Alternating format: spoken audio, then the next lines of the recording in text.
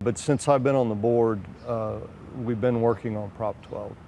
And the low point, my time on the board was getting that call that we were unsuccessful. Not just to push back on the activists, but we've known all along that's not good for the producers, it's not good for the consumers, and it's not good for the pigs. And so everything that I'm trying to accomplish in my time, protecting producers' right, to have freedom to operate, choice, which gives consumers choice as well. Obviously, I've spent my life trying to make life better for the pig. On our farm we say if the pig does well, we'll do well. And that goes back several generations. So all three of those things went, it went the wrong way with the decision on Prop 12. When you look at the ruling from the Supreme Court, do you take any, relief that what they ruled on wasn't necessarily about agriculture, but it was more maybe of a states' rights issue? Yeah, and I'm certainly not a lawyer, but yeah,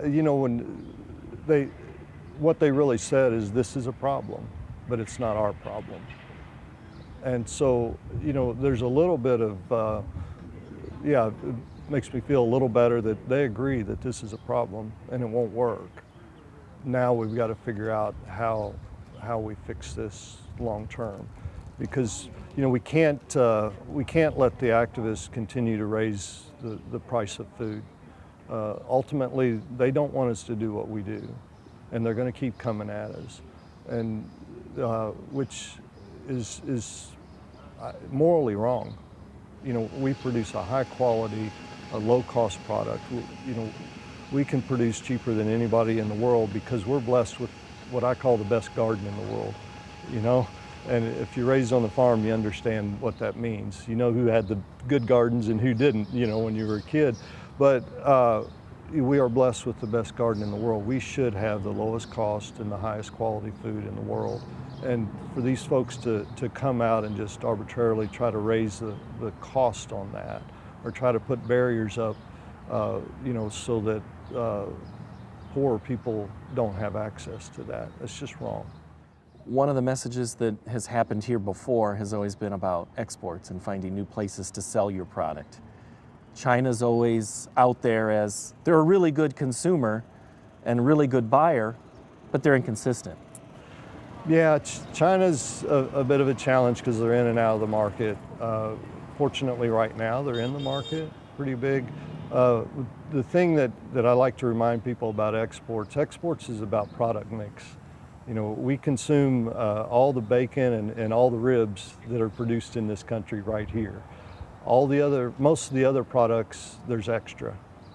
And so if we can sell that to somebody that enjoys it more than we do, that keeps the price of ribs and bacon lower, for the American consumer. China enjoys parts of the pig that we typically don't in this country, and that's why they're a good buyer. And we appreciate when they are in the market. Different administrations have different views. I seem to remember the old trade rep for NPPC used to say pork was the tip of the spear in that fight about 6 years ago, 5 years ago. Where are you at right now politically in a global stage to be able to have conversations to get U.S. pork in foreign markets?